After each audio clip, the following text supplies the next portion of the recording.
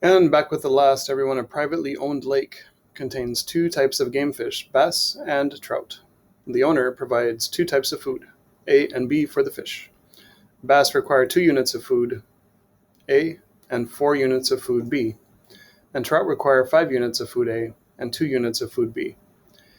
If the owner has no more than 800 units of each food, find the maximum number of fish the lake can support. So we've got a couple things in this problem, everyone, and one of them is hiding a little bit. And what's hiding is that here this 800 looks like it's just a total amount of food, but the 800, he has 800 units of each food. So we are actually going to have that as our total twice. Once for food type A and once for food type B. And so sometimes the wording of these is tricky and wacky. I wanted to make sure I called that to your attention because that is kind of weird that we're using 800 twice. But again, it does state that we have 800 of each type of food available.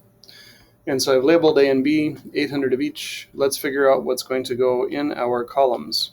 So we've got, I'm going to be filling in these yellow boxes here and these blue boxes here.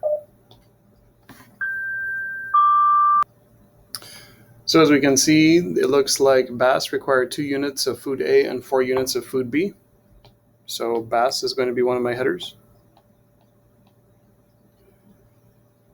2 of A and 4 of B. So we'll give bass the X value. They require 2 of A and 4 of B. Trout get the Y value. And they require 5 of A and 2 of B. We give the Y value to trout. And we can't go over that amount of food, so we need to be less than or equal to 800 in both of those instances. And so again, if you need to pause the video, go ahead and do that now. I'm going to scoot this out of the way so I can get to my GeoGebra. And as we've done throughout this entire series here, everyone, 3 lines, don't save, get a new thing, put the information in, 2x plus 5y is less than or equal to 800. And our second, 4x plus 2y is less than or equal to 800. And I'll zoom out until I see the solution somewhere. There it is. And I'm going to zoom back in on it a little bit here and get sort of centralized on it. There we go. And so as we've done in the past, we see a corner here, and a corner here. So I do need to duplicate both of these inputs and change these to be an equal sign, as well as adding a line over the x-axis and a line over the y-axis.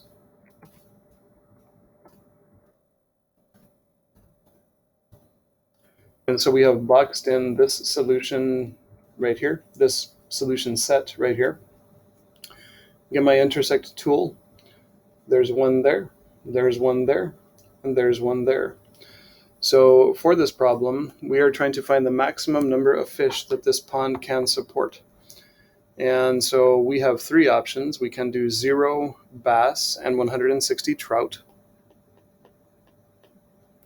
That's option A. We can do 150 trout, 150 bass, and 100 trout is option B. And option C, we could do 200 bass and 0 trout. I'll pull my iPad up so we can see that now. I've got those 3 points. And we obviously don't have to do a profit function or something like this for this, everyone. The way to figure out how many fish can this pond support is very simple. It's just addition. So for option A, it's going to be our x value plus our y value, the bass plus the trout. And so for option A, we're going to get, well, actually, let's do it like this. Let's do total fish is going to be x plus y. So just how many bass and how many trout, very simple. So for option A, everyone, we have 0 bass plus 160 trout. Option B, we have 150 bass plus 100 trout. And option C, we have 200 bass and 0 trout. I'm not going to use Wolfram for this one, everyone, because this is pretty easy. That's 160 fish, that's 250, and that's 200. So the maximum number of fish that this pond can support is 250, with 150 of them being bass and 100 of them being trout.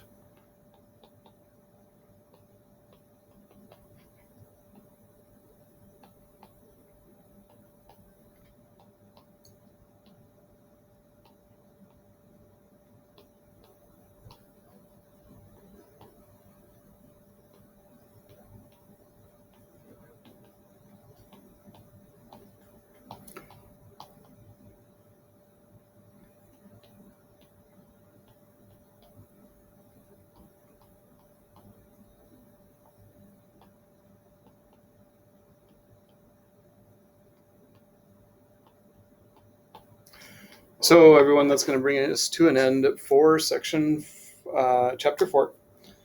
Next week, we have the chalk and wire activity coming up is what I've got scheduled for my 2021 class. If you're a different class, that might be something different.